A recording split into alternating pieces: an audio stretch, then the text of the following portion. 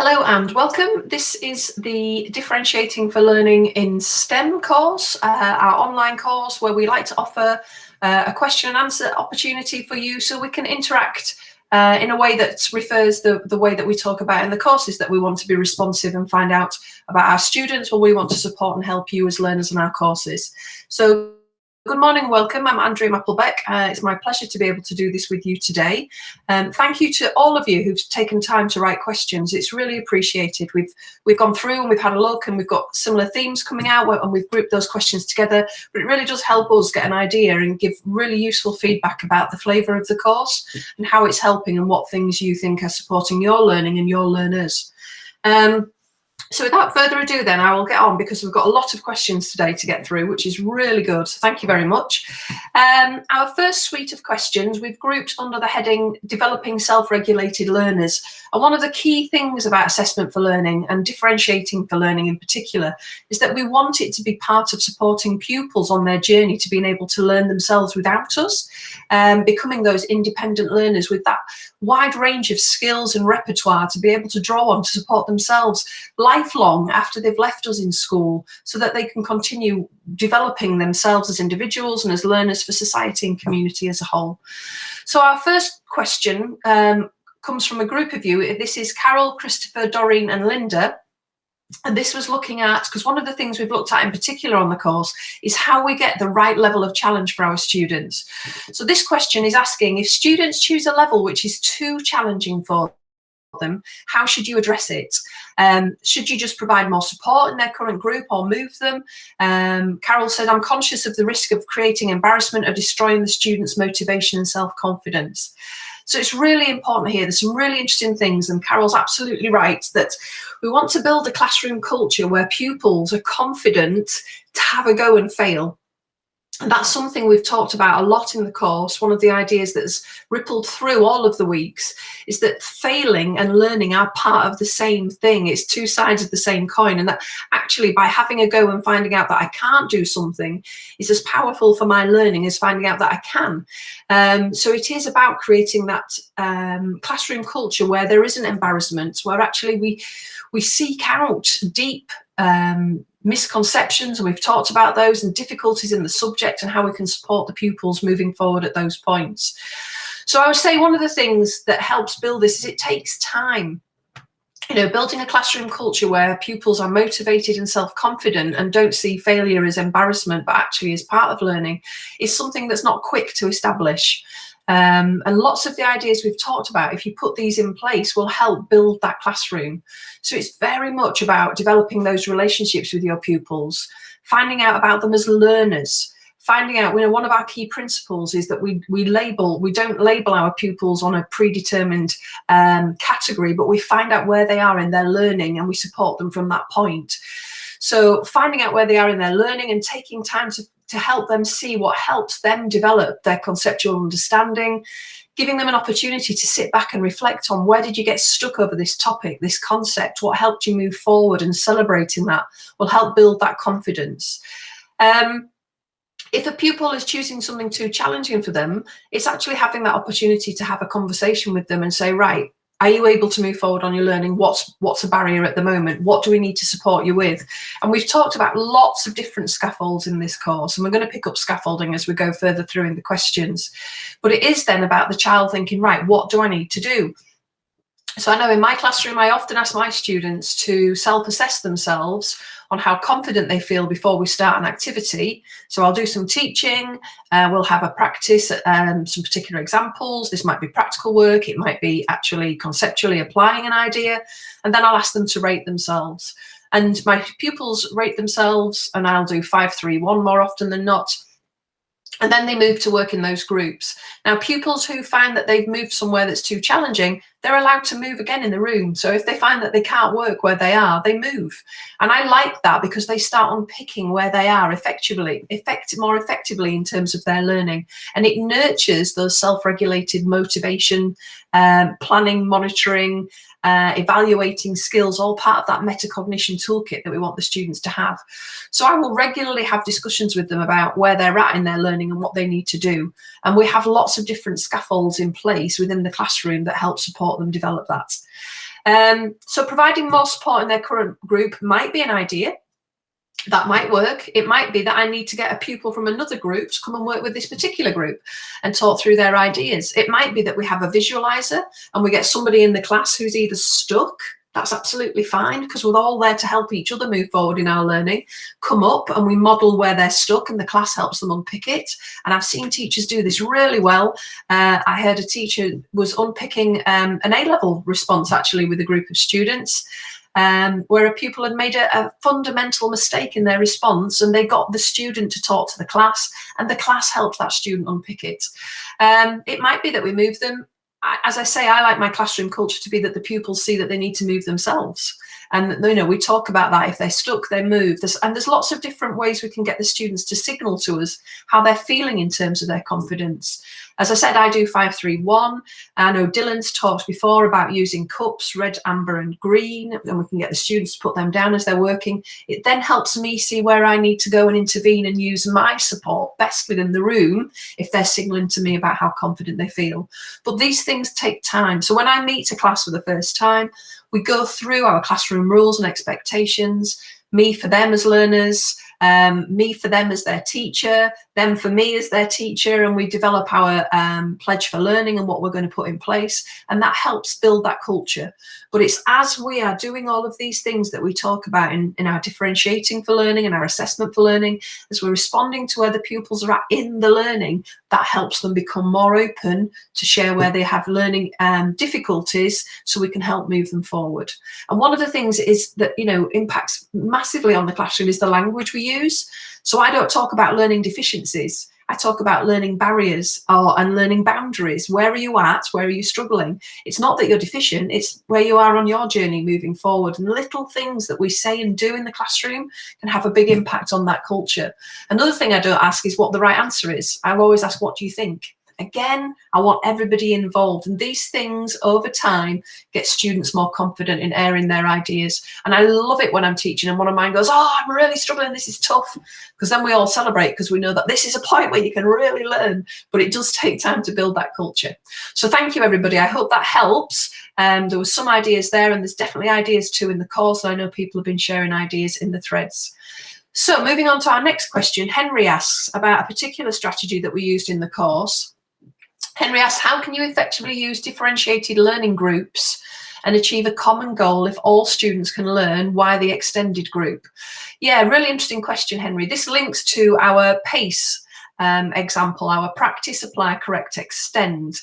And again, yeah, Henry, it comes down to how you want to use your group. The teacher we saw on the video using that activity, she had worked with the students across the week with her children, because they were our primary example, across the week. And then the pupils, through self-evaluation, so the pupils self-evaluated themselves, which was really good. She built that up with primary pupils. Young children can do this.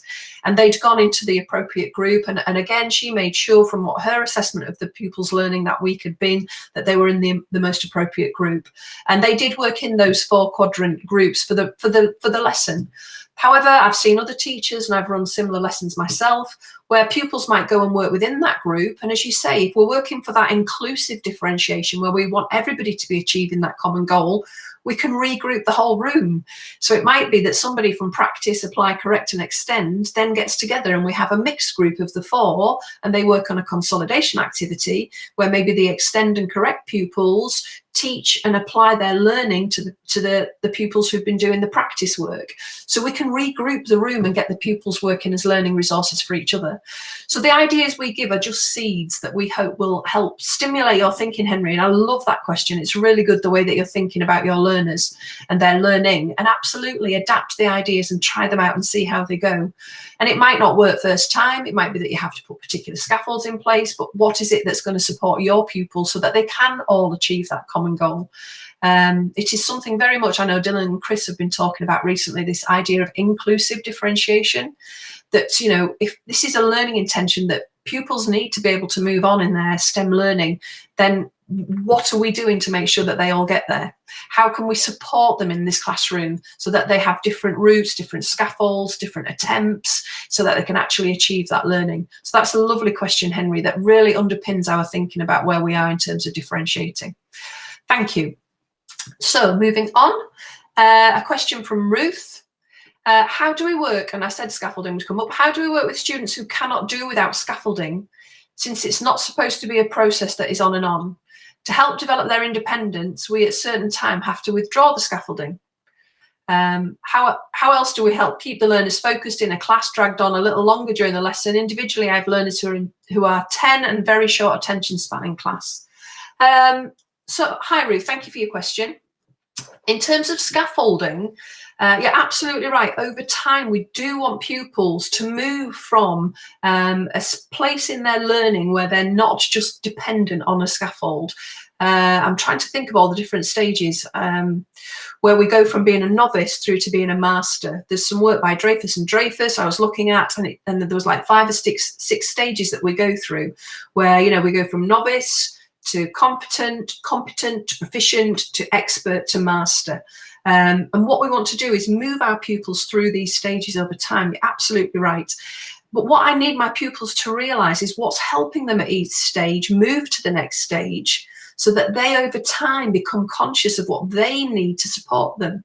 So the idea of scaffolds, you know, we've looked at lots of different ways that we can scaffold. We can scaffold with partially worked examples. We can scaffold with errors by providing examples of work that's been done inaccurately. We can scaffold by getting pupils to perform. We can scaffold by modelling and performing ourselves. We can scaffold by preparing videos and showing videos of somebody, an expert performer, doing an activity. There's lots and lots of different ways of scaffolding. What I want my learners to know is when they need a scaffold and why, and when they can become more proficient without it. When they're getting to a stage to be confident that they can withdraw it. So it's actually having a conversation with them, because actually I think we're going to need scaffolds throughout our lives. I talk regularly when I teach on my own courses. I talk with my own students that, you know, I've learned fairly recently to lino print. Before that, I'd learned to do crocheting, and with both I needed scaffolds. So as an adult learner, I needed scaffolds. The important thing was that I knew I needed scaffolds, and I went and got the most appropriate scaffolds. And for me, it was getting videos and slowing them down. It was trying something, pulling it apart, working on the bit that I was having most difficulty with and practicing that bit before going back and putting something into the hold. All of that is scaffolding, and all of that is needed for any learner when they're learning something that they are a novice at, as they're moving towards that mastery role. So for all of us, it's being aware of that. So I'd want my pupils to know where they are in terms of learning and have that conversation. You know, you're a novice, but we're moving, you're now competent, you're now proficient. So what can we do? And being able to talk to them and going back to that, you know, their motivation and building up that self-confidence about where they are as learners, to see, right, well, this is the scaffold that's going to be useful, or go and ask so-and-so to practice this and show it for you. And actually then to say, right, no, you can have a go now without it. You know, when we learn to drive, we have a scaffold. We have a driving instructor with us with dual control, until we eventually go where we can drive without the dual control, and then we drive independently. And then we become a master over time as we practice and put ideas into place. And it's the same for our learners. So hopefully, by giving pupils that language of learning and talking to them about what's helping them learn, we're going to help them see and see how they need scaffolds and when they can let them go.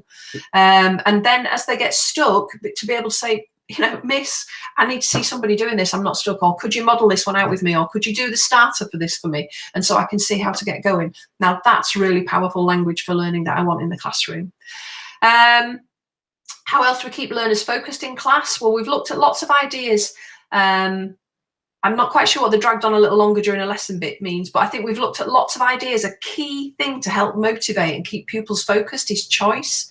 Again, you know, lots of the ideas we've looked at in terms of the differentiation are about choice and about getting our pupils to choose the most appropriate level for their learning, which is a skill that we need to scaffold for them and support them in doing. Other things that help pupils learn, Ruth, in particular for science, and I'm sure you're aware of this, and maths, is making what we do relevant to their everyday lives. putting it in a context that actually gives them some motivation and stimulation about what they're learning and why it's useful. I know as teachers we'll have all had that conversation with pupils. Why are we learning this, miss? We're never going to use it. At which point I always say to my pupils, well, actually, we're learning this because it's new and your brain's going to grow, and then you're going to be able to do things with your brain that you couldn't do before.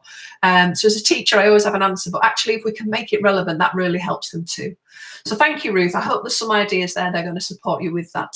And thank you for those of you who've talked about these questions that help build those metacognitive and self-regulated practices and motivations for our students as they develop as learners. Our next section is looking at formative uses of different assessments. So this was interesting that we got some questions about formative assessments coming through. I know that in the UK we have had, because of the current situation with the pandemic, we've had a lot of uncertainty about our final assessments now for our pupils, because our exams have been pulled, which is leaving everybody uncertain, the teachers and the students and the schools. So putting a lot of pressure on everybody, I would say, at the minute. I'm tutoring students at the minute who are doing A-level physics, and it's just very uncertain for them. And different schools are doing different things. So Sarah, Robert and Shalon are asking questions about summative assessments. So let me read the question and then I'll unpick some things. So how does summative assessment, like the pressure and emphasis placed on the end of year exams, support the concept of growth mindset, which is something that we have examined in the course? Sarah says, I would argue that the use of summative assessment creates a high threat, high pressure environment for students whereby the focus is purely on the outcome rather than the learning journey, so the test results. So summative assessments also lead to opportunity for feedback and thus doesn't support and help students progress in their learning. In this sense, students aren't given the opportunity to learn from their mistakes. They're instead used to compare different pupils, rank, etc., etc. This leads to fixed mindset where pupils become anxious. How can we use summative assessments to support and aid our students' learning, inform our teaching and differentiation within the classroom? So lovely questions. So I've put Sarah, Robert and Shalon because they were asking similar things about exam boards and how we use exams and summative assessments. So exam boards do final exams, and we do want our pupils to perform at their best on that day. You know, I've had twins who've gone through an examination system. They're both at university, and we've taught to them the whole way through school that any point where there was an assessment that was reported, it is just an assessment of what you did and didn't know. It's not a summation of you. It's a point in time that tells us about where you had understanding and where you had areas that you weren't so clear on. So that's something that we talked about. However, any assessment, and I really, for me, this is really important. It was kind of like, as I got into this field and got deeper into it, it became very clear that any assessment is just an assessment. It's what we do with that evidence that makes it either formative, our formative assessment and informing what we do, or summative and measure, as Sarah is describing, and a measure and evaluation of where somebody is. Now, apart from my exam board assessments, but even then, even my exam board assessments, I still think can be used in a formative way. I think all assessments can be used formative if we use them in ways that help, as Sarah's saying, help pupils identify where their areas of development are. Now, the difficulty with an exam board is that that cohort of students have moved on. So in terms of assessments in school, I wouldn't call my end of year exams in schools or my end of topic tests a summative assessment, because I'd want to be using them in a formative way. What do I mean by that?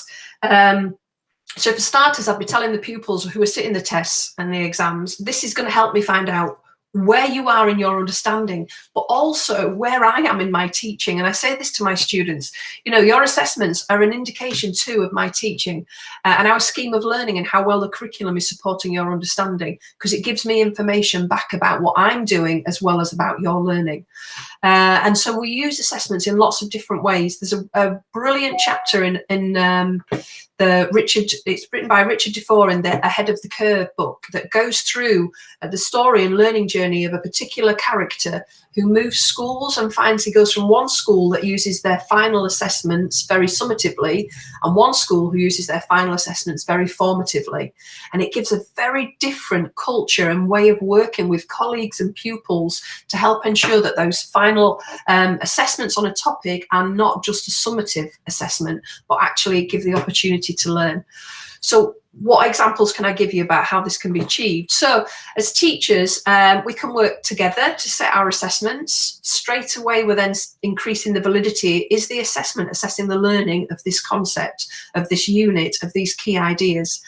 We can then work together to analyse the information that we're getting from these final assessments that are telling us about how pupils have performed. If there's particular concepts that they haven't learned well on. I did some analysis with a department who were looking at their pupils, and they were doing really well at describing answers, really badly at explaining answers. So with those pupils, we then did some lessons on helping pupils develop their explanation skills. It wasn't the concepts for the unit they'd just done, it was for the concepts for the next unit, but their explanations went up incredibly, and they were able to explain better on the concepts previously because they hadn't understood what an explanation was. For other pupils, if it's a particular concept I really need them to understand, and I've assessed them and they haven't got it, then I am going to facilitate drop-in clinics for my students, where we're going to look at these particular concepts, and those who didn't get it come along. Those who feel less confident that they might have performed but didn't feel they really understood it, and I do have students who do this, they come along and sit with me too. So drop-in clinics are for anyone, but particularly those who had issues about those particular concepts. Other ideas, if I've taught something and it's not been done particularly well, but another one of my colleagues has taught it really well, and we agree as a team that this is something really important, that those students really need consolidation and to understand, well, then I might ask my colleague to teach those students. You know, we could disaggregate classes for one lesson, go, you know, a post end of year exam, or, you know, a post topic test. I personally prefer tests that are run maybe once a term, so it's not too often, but gives pupils that opportunity to learn for longer. And we might say, right, before we move on to new content, we're going to have some consolidation intervention lessons. And my students are going to go to my colleague. If possible, I'd love to go and see my colleague teach, but if not, I want my colleague to sit down and tell me how they taught so I can learn. So ultimately, I can reflect back on my teaching and improve it too. So in terms of exam boards, yes, they are a final assessment, but again, I would want to, and as a head of science subject leader, I would be analysing where my pupils had done particularly well. I'd want to be getting as much data to help future cohorts so I could reflect on our teaching, our scheme of learning, and improve that. Examiners' reports are always powerful for that too. That cohort of students have gone, so that's difficult, but for every other assessment that we're doing across their learning time with me, and to be honest, in primary, our final assessments are year 6, in secondary, it's year 11, and then at year 13, we have time to use any topic test or exam in a formative way. So that, for me, helps build that growth mindset. And because, you know, pupils are going to have to sit an exam, they are going to have to work on their own. I don't want them to see that being the ultimate measuring of them as an individual. It was about where they were at a point in time. They can learn from that and move on. Just because you didn't do well in that exam then doesn't mean to say you won't do well in that exam in the future. I know students who have sat exams and have just scraped an E, who have then worked on that topic again, and then the following year sat the same exam and actually came out with an A. So if they're motivated and they see it as telling them about their learning, and they work with a more knowledgeable other, that's why they need us as teachers, then absolutely with a growth mindset they can get there. Just because they didn't do it first time doesn't mean to say they won't do it second. You know, we don't all pass our driving test first time. It's often the same with concepts that we learn about, that actually sometimes I need more learning for that earlier idea to click and for those foundations to be there. So thank you, Sarah, Robert and Shalom. I hope that answers your question and gives you some ideas. There are constraints, and we do our best with our students and get them to be motivated to work with us. Christopher, you ask, do you have any tips for assessing primary age children at the beginning of the year to help you decide how to initially implement differentiation within the classroom? Obviously, this will change as you get to know your pupils and formative and summative assessment happens. As we've said, any assessment can be formative or summative, so as we're assessing, we're going to be responding. So Christopher will be responding all the time, and absolutely, for primary age children at the beginning of the year, any child at the beginning of any year and any child at the beginning of any topic, I'd want to know where they are and what they understand. And we've had lots of ideas across our courses about how we can get that going. A key thing is to encourage and develop a talking classroom. Robin Alexander is fantastic and talks very much about dialogic teaching and getting this classroom powerful classroom talk going that helps us identify where pupils are at in their understanding and their thinking. So I would want pupils to be talking, and I know that we shared ideas of very young children in our differentiating course who had stimulation areas where we had physical objects, we had materials for them to engage with, the teachers read stories, and we get the children talking. Pupils will ask lots of questions, and there's loads of different strategies for gathering those questions. I think we've done KWLH grids, what you know, what you wonder, asking the children those questions. Where do you find there's difficulties? What are you learning? How have you learnt? We might have diagnostic questions, questions that we've written because we know there's particular difficulties and we want to see if the children have got those, so we get them talking about those particular aspects of science. We've got the 3 piles, the yes, no, don't know. With very young children, obviously, they're not going to be able to read. So again, it would be having stimulus questions. I would get pupils moving around the room. I would get pupils, yes, no, don't know, and they run around and they talk to each other. And again, I want to encourage them to be honest and truthful. And if they don't know, that's really good. And I would celebrate that, because what a learning journey we're going to have. We might have pupils sorting activities. So I've seen some fantastic activities done with very young children where we get hula hoops out and we get physical materials and the pupils sort them into the different groups and they say why. So it's very much that classroom where the pupils are interacting with ideas when they're young, and then we're getting that talk going. I've worked with young children where we've had microphones out or talking postcards, and the pupils record their responses, they interview each other, and then I can listen later and see what they were talking about. But that diagnostic classroom is going to be a classroom where there's lots of chat and talk going on. And I think there's loads of ways we can encourage our young children to do that. The difficulty I find, and teachers say to me, is it's difficult to get them to stop talking once we get them talking when they're young. It seems that as they get older, they become more shy about talking. And I wonder if that links back to those ideas about worrying about getting ideas wrong, whereas little children will just, they're wonderful and just talk. So I hope that helps, Christopher. But yeah, that classroom that encourages talk. Another idea again is concept cartoons. I don't think we've covered it on this course, but concept cartoons developed by Millgate House Publishing. They're fantastic, written around the difficult concepts, and they've got some beautiful ones for younger children. They also have the talking puppets, which are brilliant. And they have, what's he called? Discovery Dog, who helps the children think about how to investigate ideas in primary science and get them talking to Discovery Dog and doing learning. And they're wonderful ways of getting children talking, and then I can find out about their thinking. So thank you, Christopher. I hope that helps for you. So moving on now, got a little section here which I've entitled Supporting Specific Learners' Needs. So Dolores and Cardia ask, again, this links to some of the ideas we've looked at on the course. To what extent is it possible to implement more independent differentiation activities like our quadrants, pyramids, help desk in reception early years, considering how much pupils can read, plan and focus on themselves rather than following the crowd? Yeah, absolutely.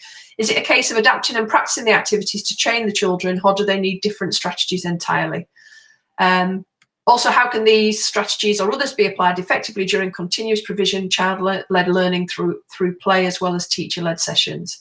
Yeah, Dolores and Cardia, some of these activities will work better in reception and early years and others won't. Some, as you've said, will have to scaffold and train for the children, and it'll depend on the different children that you've got. Help desks are a very simple activity that can work. I've seen work down in reception early years. It depends on what's put on the help desk. Again, it might just be visual stimulus. It might be that you put a child, other children on the help desk who can be the help desk monitors for today for a particular concept that the class is looking at. But quadrants and pyramids in particular, I'm thinking, because there were so many resources where the pupils had to read, that might be more difficult. You might be able to get a simple quadrant going, or it might be that you just have a more confident and a less confident. So we have something where there's scaffolding and something where there's less scaffolding, and the children decide where they go. So it will be a case of adapting these ideas, and as you say, training them up and going back to and unpicking that language of what's helping the children learn. So even down in early years reception, they can start seeing the type of scaffolds that are supporting them. When I saw somebody do this, that really helped, or when you put this on the visualizer, that really helped, or the different types of activities that support the children. So I hope that helps, Dolores. So some of the ideas work better, some less so. But again, getting the children to think about how confident they are and where to go in the room will help that dialogue build as we go through. Brenda, Akira and Linda asked questions all about how can we best plan for differentiated lessons for learners with particular learning difficulties, including hearing. Again, this is something that, you know, if it's a learning disability and a pupil has a learning need, then obviously then we have to, that's something that we need to support them with and scaffold their learning with them. Doesn't mean to say that our expectations about what they can achieve are less. It means that we need to support them in particular ways to get there. And their journeys might be different. Their journeys might be different, but doesn't mean to say that they can't get there in the end. And it's how we support them on that journey, developing those particular needs and addressing those learning needs as they go. So with hearing disabilities, I'm afraid that's not an area of expertise. I know that I did teach. I had a child who had hearing difficulties, and I wore a special microphone so that she could hear me better, and I would check in with her regularly that she understood what we were doing. I've worked with pupils with language learning difficulties, and we've put scaffolds in for them for their in terms of their understanding of key terms, particularly key terms. I teach science. I'm sure it'll be the same in maths. So they understand what the word means in science. And we would think as a team about the different vocabulary across science, because in science even we don't have words that have the same meaning, like the word nucleus. I know in biology nucleus means one thing, chemistry and physics nucleus means something else. And so we'd build support scaffolds for pupils for key vocabulary, very much drawing on the idea about dual coding, doing things with images as well as keywords to help the pupils develop that understanding. There's something called the Freya model, which is very powerful. It's not just the knowledge of what the word is, but actually it gives you a definition. And again, I can develop these for the pupils, or they can create their own. It gives a definition, it gives characteristics, and then what I really like about the Freya model, which takes us to that deeper level of learning that Mazzano talks about a lot, the compare contrast, is that it talks about examples and non-examples, and that really starts to help then pupils understand what these words and key terms are, so that they can start using them then more effectively as part of their learning conversations, and I can see if they understand or not the words we're looking at. So they're a very particularly powerful scaffold. I found those very useful, the Freya model. I've come across recently, and they are absolutely fantastic. And in the UK, there is a Google website where you can go and download these. They are copyright protected, but they are for teachers to use. Something called integrated instructions. They're absolutely fabulous. They're dual coded instructions to help pupils access and be able to do practical work. So in a very logical way, they are chunked down practical instructions with limited text, mostly images and key vocabulary to help the pupil be able to do practical work. And it's supporting pupils in being able to get into doing the work that we can then find out how they are in terms of their conceptual understanding and learning, and then support them where they're at in that particular point to move them forward. So I hope that helps, Brenda, Akira and Linda. Just a couple of ideas there to support you on that journey as you're working with your pupils with their particular learning disabilities.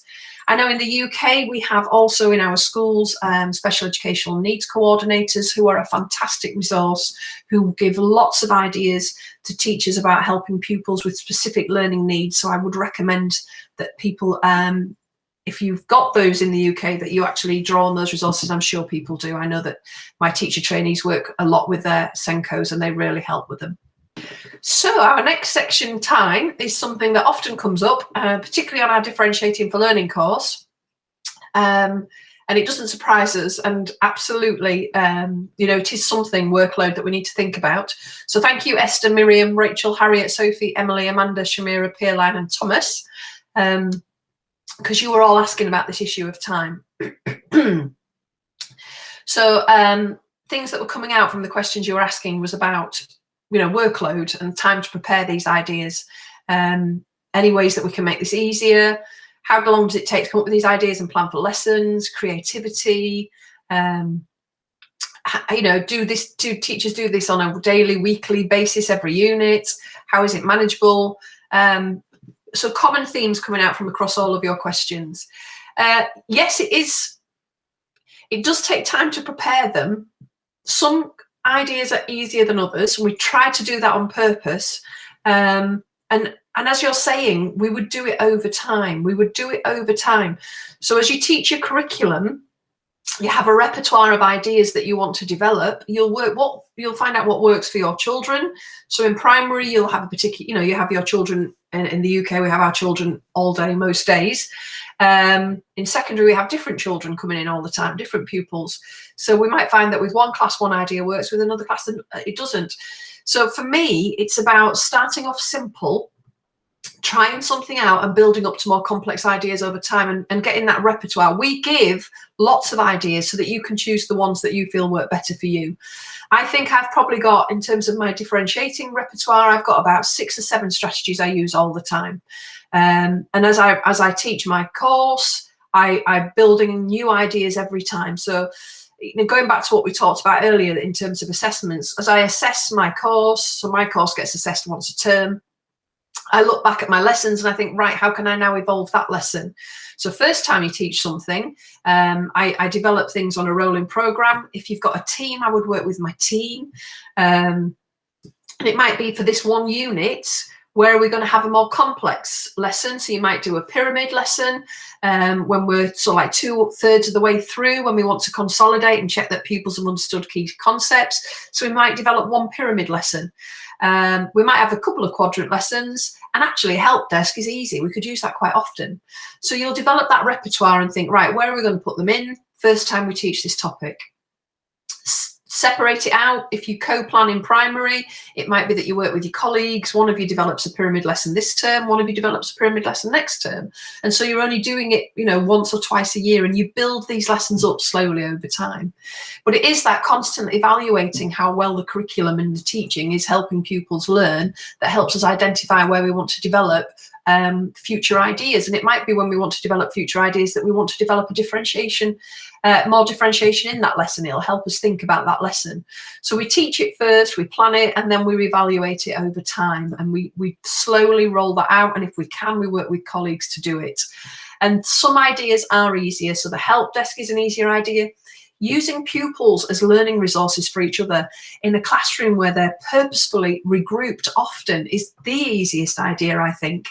That one gets them working, gets them motivated, and shows that culture that actually in this classroom, it's not a set seating plan. In this classroom, you're not going to be in that individual seat all the time, because we are responding to where you're at in your learning. I need you, Emily, to go over here and teach Andrea how to do this activity because she's not got it. And we build that culture where we see the pupils as learning resources for each other. So a classroom where differentiation is happening is going to have that purposeful regrouping of students often. So that's an easier idea. So in terms of how can I regroup easily, I might ask a question, and we've looked at questions on other courses. I might ask a hinge point question or a concept cartoon, and actually I regroup the pupils after that question because it's a question about the more difficult aspects of the learning, and I regroup them as a consequence of that. That's a fairly easy thing to do, and we're asking questions all the time in our teaching about the difficult aspects of the learning to check that responsiveness, so I can respond, so I can infer what it's telling me, and I can take action. And that taking action then could be moving the pupils. That is simple differentiation. Help desk, I think, is simple differentiation. My 5-3-1 idea, we've picked that up. We've seen that. I picked that up from working with a teacher, and I use that all the time with my students. So we 5-3-1 on their confidence, and they move because of it. And these are simple ideas. The more difficult lessons, I think the pyramid's probably one of the most difficult we showed you. You might build that up once, as I say, once a term, and build them up slowly over time as you're reviewing how the scheme's working. So I hope that helps. It is about being manageable. It's about thinking about developing our planning, because we plan. Dylan often says we are better spending our time planning better lessons than we are spending hours of our time marking. It's that responsiveness to our pupils' learning that helps us develop our planning to become more responsive in our teaching. And that's what's going to make the difference the research evidence tells us on their progress. So slowly over time, thinking about their learning and adapting our teaching. as a consequence. Working with others to manage that is something I would definitely say. So I hope that helps, and we have shared ideas from simple to complex because we're differentiating for you as our learners, and I know that you will be able to take away and adapt those ideas. You don't have to use them just as we've shown. Take them away and try them out and do different things with them, and then share with other learners on the course what you've done and what's worked, because that's really powerful for all of us to develop and move forward our thinking. So thank you, everybody. It is something that comes up, and we are very conscious. And as a subject leader, I was very conscious. I want my staff to have a life outside of teaching. They will teach better. So how can we work smarter for our pupils and ourselves? Thank you. So moving on, our next little section of questions are about working with others. So Rabab and Sheila are talking about, they've learned some very useful and practical tips on how to motivate students, giving them choices and scaffolds. The question that's remaining that is daunting is, so this is, Rabab says, my question is that remaining in this daunting role of a teacher where one is placed upon a mentor's pedestal, what strategies can teachers adopt to keep themselves motivated and resilient day in and day out? It's interesting, isn't it, Rabab? I say to my pupils that I'm as much a learner as they are.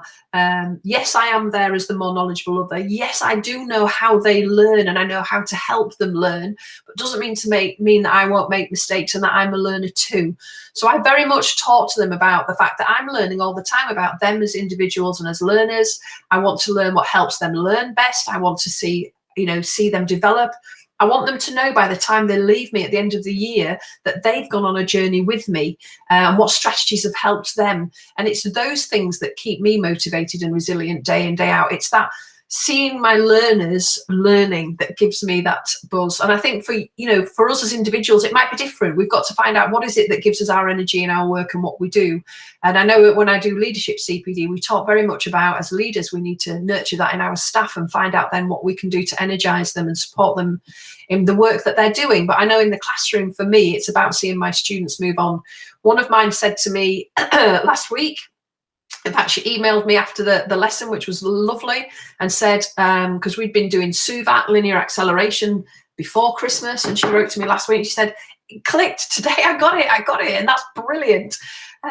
So I like my students at the end of the year to write messages. I get mine to write a letter to the new students coming in, to tell them that they're on a journey, and just because they don't get it first time doesn't mean to say that they're not going to get it, and what types of activities and strategies they use that help them across their year with me develop their learning. And it's those things that I find help me be resilient day in, day out. It is about supporting my learners on that journey that helps me be motivated. But we're all different, so it's about what helps you and motivates you, Rabab. And I think you need to step back and reflect on that, and then try and put your energies into doing those things, which is not always the easiest thing to do because we have lots of other pressures, and it's how we manage that. And as I say, I do a lot of work with leaders, getting them to think about these ideas about how they support their staff to do that. So thank you for that question. I think working with your leader and line manager as well, having a chat with them will help them have an idea about what it is that motivates you and help them work with you so that you are motivated. So I hope effective performance management structures, I know we have those in the UK, are all about that dialogue about what is it that you are doing that brings you energy in your work, what can I help support you as you want to develop, moving towards the goals that we have as a team about where we're going in our performance. So talking to leaders, I would recommend too, Rabab, thinking about what you do and talking to leaders and talking to your pupils. Okay, so Joe asked a question, what role do you think that teaching assistants can play in the design and delivery of differentiated material? Interesting question, Joe, and I think that will come down to how different schools use teaching assistants. So I know that in different institutions, there'll be different guidance on how teaching assistants are used. It might be that as the teacher, you plan and design the materials, but you'll have a chat and a conversation with your teaching assistants and support them in how they will be facilitated in the classroom and their role in that facilitation. So if you've got many teaching assistants across school, it might be that you run some professional development for your teaching assistants. So again, if your teaching assistants are supporting you in the design of thinking, going back to our question earlier about pupils with particular learning needs, your teaching assistant, I know that I've worked with some teaching assistants who stay with a pupil all the time. They're going to get to know that pupil's learning needs really well. They might be able to support you to adapt the materials for that pupil so that they address that learning need that they have, so they can access the learning. So you might support your teaching assistant with that. I would say that you'd probably want to spend some time with them. It is that professional learning for them, and getting them to understand your role and their role in supporting the learner.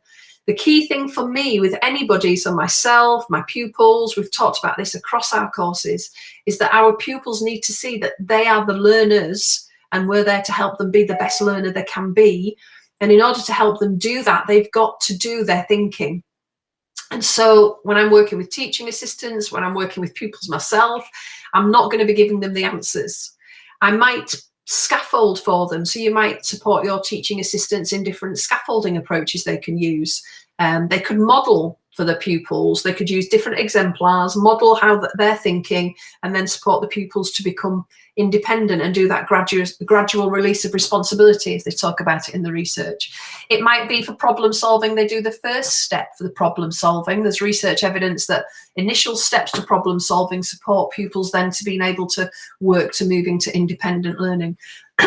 So again, it's supporting your teaching assistant with a range of ideas to help the pupil with that particular need, and that they will build that understanding of, and to make sure that the pupil is still the one that is cognitively responsible and active in their learning, so that they're building their own meaning and understanding. So it's not just regurgitation, but actually they're developing their thinking. And that's how I'd want to work with my teaching assistants, and I would want to run some CPD or support with them. It might be that as a science team, we do some CPD about how to support pupils in science or how to support pupils in maths. And we look at particular strategies then with teaching assistants that help them scaffold and support the learning needs of pupils when we're doing practical work as well. So lots of different ways, but it's supporting them too to be the most effective support and scaffold for that pupil that they can be. So thank you, Joe. As I say, I think they are a fantastic resource for learners, and we have, the opportunity to work with them to help them become particularly effective. Again, I think the Education Endowment Foundation in the UK did look at some research about how to support teaching assistants effectively. So it is worth going and having a look at their website as well for further ideas. Okay, so Robina asks, sometimes the scaffolding process is time consuming, mostly when there's no assistance from teaching assistants. This may result in lengthy periods of independent small group work. How can I effectively apply this in my 40-minute lesson? Thank you, Robina, for your question. Scaffolding can be time consuming sometimes. Other times, as we're building the pupils, moving from novice through to competent, and they can go and get the scaffolds themselves, it becomes less time consuming. It's about how I use myself in the classroom. If pupils are independent small group work for a time, and that's something that you want them to get onto, that might not be a bad thing. It's whether they're struggling and I want to go and intervene and support them, I think, you're talking about. So I might have a pupil who's available on the help desk who can run drop-in clinics for students who are in small group works, and I'm worried about them not being able to cope without me being there if I'm scaffolding for somebody for a substantial amount of time. It might be I get somebody else to do the scaffolding so I can go and do the going around the groups and making sure that they're getting appropriate support. Dylan had a brilliant idea that he picked up from a teacher, which I use, and I know other teachers have shared this idea with use. So we talked about the traffic light cups earlier, the red, amber and green. I've got my cups there, actually. I should have got them out. Dylan says he walks around, he saw a teacher walk around, and they had a blue cup. And so when a group is working, so you might be thinking, right, I'm setting the class off. They're going into their small group work. In 2 minutes, I'm going to run a drop-in clinic and do some scaffolding. So pupils, if you're ready, you're going to come to the scaffolding. And then you walk around, and for groups that have got it, you can drop a blue cup on. And so the blue cup is the indicator from the teacher this group know what they're doing. So if you've got groups who are working independently without you for too long and they're struggling, they could go to the Blue Cup group and they could go and ask for help and go and get some more ideas for them. And that then will help you manage your time, them as learning resources in what can be, as you say, 40 minutes is a very short lesson. So to maximize that learning opportunity as much as possible. I was just thinking about it then as I was talking. Red, amber and green and blue. I know my other half is colourblind. He wouldn't be able to see probably the difference between the red, amber, green. Well, definitely the red, green and blue cups. So you might have different pictures on them that help colourblind pupils as well, so we differentiate for their learning needs. I might have to repaint my cups. So thank you, Robina. So going on to Sheila's question then. Even though for differentiation to be effective, it's important not to have ability sets in the classroom. But can we as teachers get this message across to the institution? As many schools believe in having ability and sets and separating students so they work effectively without being slowed down or distracted. Sheila, that's a really difficult question and a really interesting question. John Hattie and Shirley Clark in their Visible Learning Feedback book that was out, I think it was the start of last year, they talked very much about this. They talked very much about, I think Western society in the main is very bought into this idea about ability setting and separating students, which does have I think big ripples and effects on how that pupil sees themselves, going back to our first questions about self-regulated learners. And they talk about how jurisdictions around the world, high-performing jurisdictions, don't have this.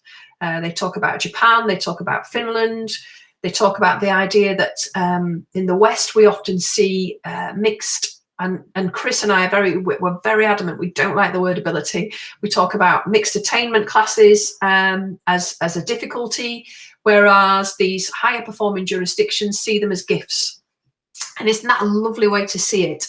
And it's about nurturing and valuing and cherishing that. But how can we get that message across to the institution? That's where the difficulty lies. Because we work within organisations who have systems in place and have thought through what they are doing. And again, one of the things we talk about on leadership training, professional development that I do, is how can we effectively lead change? And there's lots of research evidence about how to lead change effectively. Sheila, I would highly, highly recommend reading the work of John Cotter. He's got several publications out. He's got a fabulous website about the work that he has done looking at how to lead change effectively over time. And one of the key things, and this comes out from other research as well, looking at the diffusion of innovation work from Roger Everett, and he was looking at how we actually implement change. A key thing is to trial something. So I would be going as a subject leader, or if I'm a classroom teacher and you've done one of our courses, going and saying, look, I'd like to try this out with one of my classes for this set amount of time and to see what impact it has. And we try it and we see and we gather evidence and we evaluate it. And then if we gather evidence and we evaluate it, we can then take that evidence forward. Whilst we're gathering the evidence and we're monitoring, we can be adapting what we're doing, trying different things out, which approaches are working, which approaches are not working, what can we do about it? And then we can report that impact and evaluation back to others who can then consider whether or not this is a larger change they would like to take on board. So I'd want to be piloting ideas and building up evidence of what our pupils are capable of doing in our institution, to then take that to our leaders to talk to them about the changes that might be possible within the constraints that we are working in. I know a particular teacher wanted to move away from grading pupils, which was an institutional policy. Went to their head teacher. They took with them some research literature and asked the head to read it. They had a professional discussion about it. The head of department then emailed and wrote to all parents and talked about this change of policy for one particular year group. So they were piloting it with one particular year group. They said that the grades would be noted in the planner if they wanted them, but for particular reasons, they weren't going to be giving them to pupils. They were going to be giving them information about what they understood and what they needed to work on to develop their learning. And it turned out that this teacher worked on, they did this for a year, they then evaluated it and they took that information then back and analysed how how effective it had been. And it turned out that for the pupils who were motivated and learning and working, all of them outperformed their target. For those that weren't working, they didn't. And that then had implications for the next steps. But it's about a controlled, evaluative, trialed approach that's simple and effective to gather evidence to look at what's happening in your institution that will help drive forward that change. And it's really powerful to get evidence of what your pupils can do to give to others, because then that raises aspirations about what is actually potentially possible within our work. So I've worked often with bottom set pupils. I've had bottom set pupils who've performed well when we've taught particular things, we've unpicked it, and we can look then at how we can break down these barriers of being in a set is not limiting your learning if we can take it forward and develop things. So I hope that helps, Sheila. And good luck with it. But as I say, there's lots of research evidence about how to effectively lead change. So do read up on some of that. These ideas about diffusion of innovation and John Cotter's 8-stage cycle will really help. Okay, moving on. A couple of questions have come up which don't surprise me at all with the current world pandemic that we find ourselves in, and teaching has been difficult for so many of us for so long.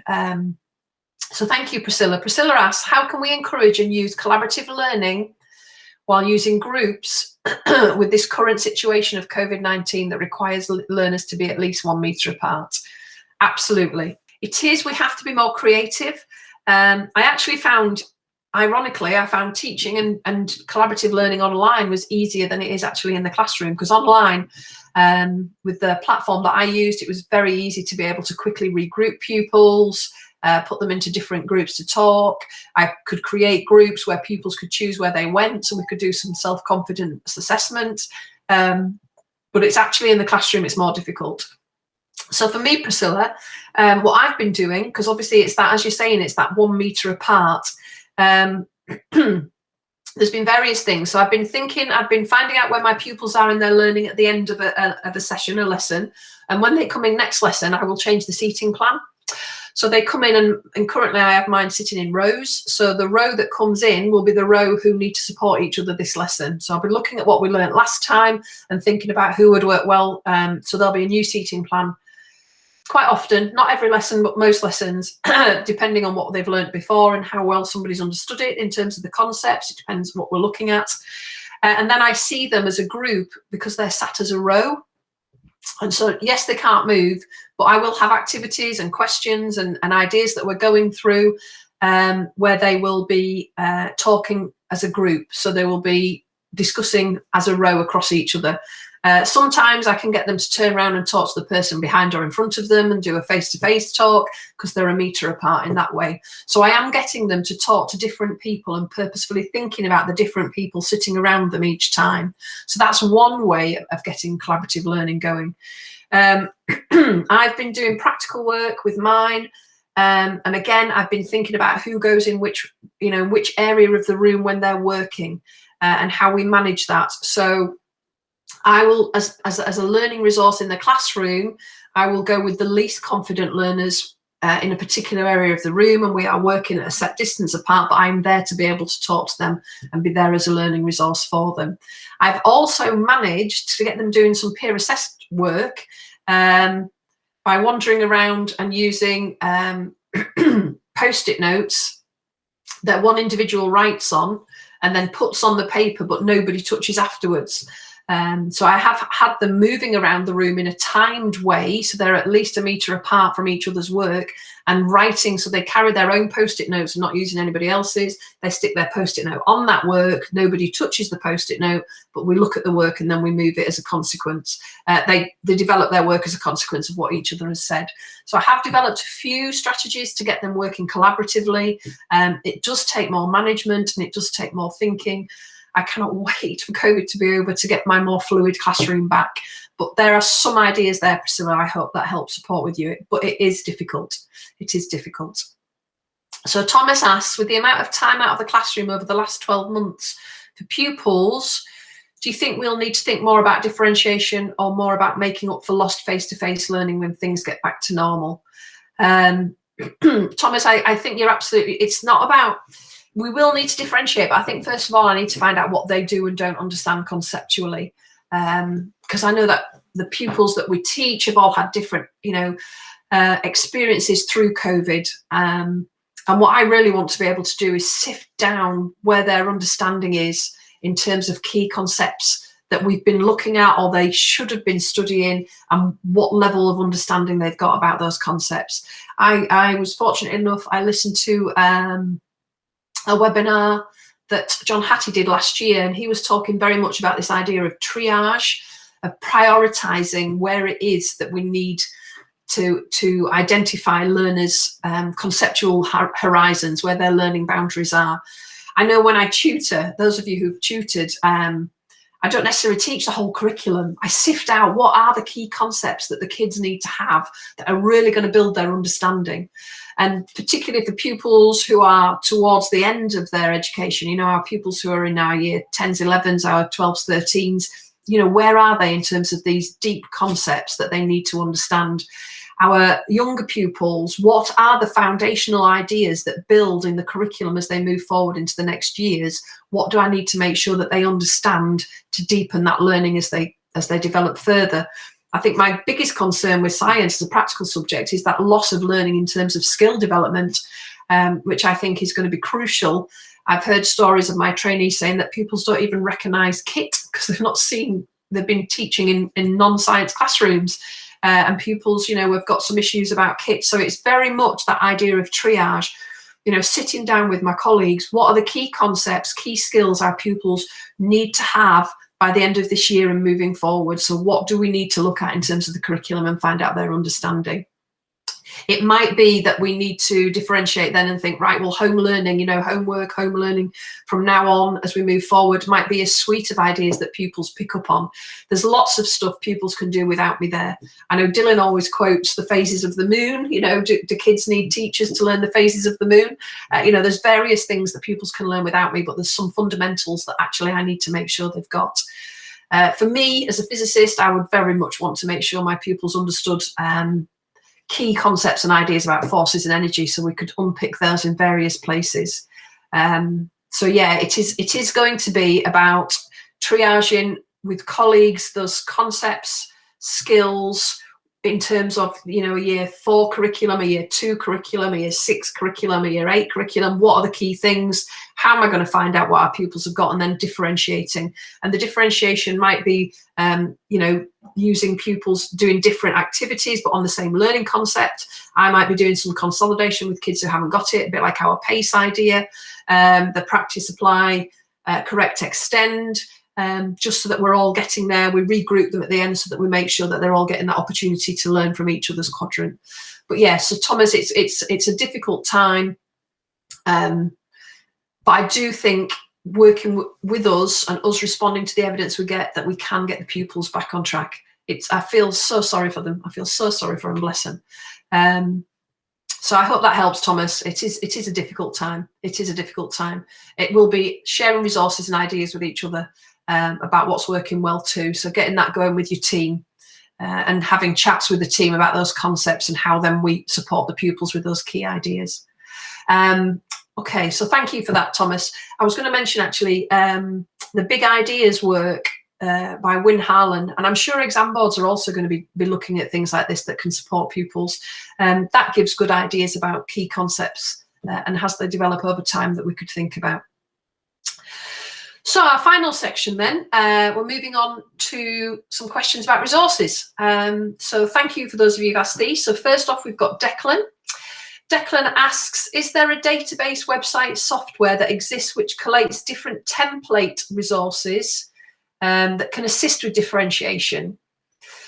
So my immediate thought, Declan, was thinking very much about thinking organisers. We've talked about thinking organisers a lot as a way of scaffolding for pupils. We could have different thinking organisers going on in different areas of the classroom for pupils who are building up knowledge. They can be mind mapping for pupils who are applying ideas. They could be, using they could be using their double bubble. So we have different mind maps going on. A website that's got loads of really good thinking organisers is Pam Hook's solo taxonomy website.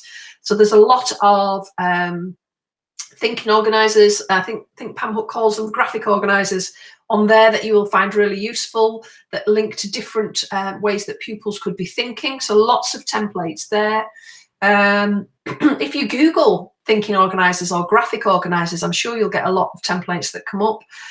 In support, in terms of scaffolding and support and questions linked to difficult areas and research ideas in science, I know that the Best Evidence in Science Teaching website has got lots of really good ideas to help with resources that will support pupils' learning.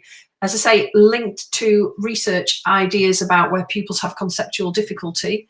I know that there are ideas again for maths. I know that the maths curriculum website, and also Enrich, I think have got Enrich Maths, have got lots of ideas that link to difficulties.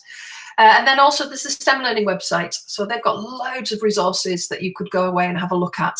So lots and lots of resources and ideas there for you, Declan. I'm also thinking in terms of maths. I know that Craig Barton and his ED website and his Diagnostic Questions websites have got lots of resources and ideas as well to help. So there is lots of stuff out there to help support you with building up these practices and approaches. So absolutely, Declan. So I hope that helps. Thank you for asking. Lydia asks, how can effective differentiation be practiced in schools that do not have enough resources? Yeah, it's difficult, Lydia, isn't it? Hopefully, if you're aware that you've not got enough resources, it would be useful to audit over time where more resources could be bought. I'm thinking if, you're thinking about resources for practical work, it might be that we need to think differently about how we support our scheme of learning with the resources that we've got. So an audit over time might help you think about how to use the budget differently. I know that personally, when I was a head of science, I was shocked when I took over at the amount of budget that went on printing. I couldn't believe the amount of budget that went on printing. So I did do an audit resource about what we needed, what's going to help the learning. We were printing a lot of stuff that just wasn't getting used. So getting your technicians involved as well, thinking about in science departments in the UK, we have technicians doing audits of, where are we getting asked for particular kit? So I would be thinking about spending my money smartly would be one thing. So trying to look at how to get resources and also putting bids in to the school or organisation to get resources. So that would help. But then how can we differentiate in different ways? Well, we've talked, I think, lots of ideas throughout the course and today that actually I can get differentiation going with very limited resources. A visualizer or some way of sharing quickly during the learning with the pupils where learning is being done well or where common errors and mistakes are being made so we can all learn from that is a really powerful resource to have. So a visualizer that can help with that, some way of projecting it is a cheap resource, I think, that will make a big impact to support effective differentiation. Pupils as learning resources for each other, getting them used effectively, regularly is a cheap way because it's just the kids. A help desk is a really simple way. So I hope there's some simple ideas that are not expensive but can actually start nurturing that culture, Lydia. And as I say, over time, I'd want to be auditing what we want our curriculum to be doing to facilitate the learning that we're aiming for in terms of our vision, and I would be auditing resourcing that and asking for money and thinking about how I spend my budget. So I hope that supports you, Lydia. And again, share with each other ideas that are working, that are cheap ideas that are working, or resources that you find. So build up a resource sharing area with the team. Where have we picked up resources that have worked particularly well? Or how have we used the pupils that have worked particularly well, and let's get a resource sharing area going, a creativity area in the staff room or in the science corridor, or somewhere where we can talk to each other, where we don't have to necessarily be face to face. There's electronic ways of doing that. So there's Google Docs, and we can start sharing ideas with each other. Thank you, Lydia. So last question, I think. So this comes from Jacqueline. This question is, I liked the help desk. However, I wonder which sheets or resources can be out there for maths numeracy. So, Jacqueline, my expertise area is not maths. I know with the help desk, we can have thinking organisers like we've talked about. And I'm just thinking, because what we want on the help desk are scaffolds or challenges. So I sometimes put challenges on. So one of the ideas that we could put on the help desk, I'm sure we mentioned in the course the idea about a self-confidence worksheet, where instead of getting pupils to do 3 worksheets, they just do the one, and we say to them, you don't have to do all 15 or 20, but actually just do 10. So I think that works particularly well with maths. So one worksheet where there's 20 questions and the kids have to do 10. And I would plan that worksheet and I would put it on. And if the pupil had done a particular activity, then they go onto that worksheet and they're applying their ideas. So that would work nice in maths. As a scaffold for maths, we talked earlier about that gradual release of responsibility that they talk about in the research. This idea that if I can do the first steps of the problem solving, and this is something Dylan's talked about before, if we can support and scaffold the pupils to do the first steps, then actually they'll be able to get further through and be able to work without us. So we might have some questions where the first steps are done. So not the whole answer, but here are the first steps. So that might be an idea to support maths. Another idea that would help with maths, and I do this a lot when I'm teaching my pupils when we're doing mathematical applications in science and physics in particular, is I give them the answer. Because for me, learning is about the process, it's not about the answer. The answer is great for that example, but I need you to be able to work it out for lots of different examples that will have different answers. So I give mine the answers. I give them a marks. I will quite often give them the answer sheet, but the answer sheet doesn't have all the process in. So we can have the first steps of the process as a scaffold, we can have the answers as a scaffold. And another thing, if my pupils, I don't feel are confident enough yet, if they're very much down at the novice end of that journey to mastery, if they're very much a novice, then actually I don't want them performing the process until they understand the process more. I think sometimes we move too quick to performance before pupils understand the process. So on the help desk, I might have scaffolds that are actually questions that have been done, and I might purposefully do some badly. So I might have, answered questions that are done wrongly, and I want the pupils to sit and see if they can unpick them. If they're not capable of unpicking the mistakes yet, then actually I might have the pupils come and sit at the help desk, and I will model through and talk out my thinking, and I will be the scaffold on the help desk. So lots of different things then that we could do with maths. So we can have worked examples. Again, and this works, I'm sure this will work in maths because it works when I do it in physics. I will have 2 examples that are worked through that have both got the right answer, but have got there in different ways. And I want the pupils to tell me which one they think is better. So evaluating quality in terms of learning and being able to explain which one they think is better and why helps them understand that process. And I will put things in like a pupil showing clearly that they've rearranged an equation before they put numbers in, because I stress and hammer that in, because my pupils make mistakes if they put numbers in and then rearrange it. So I will have a pupil who's done it that way and a pupil who hasn't, and they will talk to me about quality. So looking at quality, problem solving starters, somebody modeling their thinking, here's the answer, so how do you work that out? I think all of those ideas and resources would work for maths. So thank you, Jacqueline. And again, if there are others, please share them on the course so we can learn from each other. So I'm just going to wrap up and say thank you again for all of your questions. There was a lot of questions. Thanks for all of the comments on the course, because it's the learning from each other when we actually try stuff out in classrooms that I think makes such a difference. Thank you to the National STEM Learning Centre, as always, for the opportunity for these courses. Thank you to Dylan and Chris, our other education experts who helped develop these courses, and their depth of knowledge and understanding about this research field that helps us pull together these ideas to support you.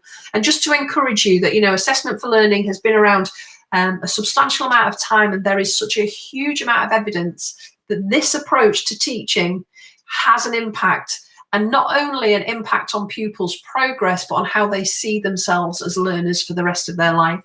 So thank you for engaging in our professional development. For those of you who are in the UK, I want to encourage you as well to join the STEM community now that is out there, where you can go away and ask other teachers ideas that we've discussed here across the whole of the country, who will comment and get back to you with ideas that are working for them with their students, particularly thinking about, in difficult times and the questions we've had about COVID, what ways have teachers got that they found work. So do recommend you go and join that STEM community too. I look forward to hopefully seeing you at some point in the future on another course and some other professional learning, but thanks again, it's been a pleasure.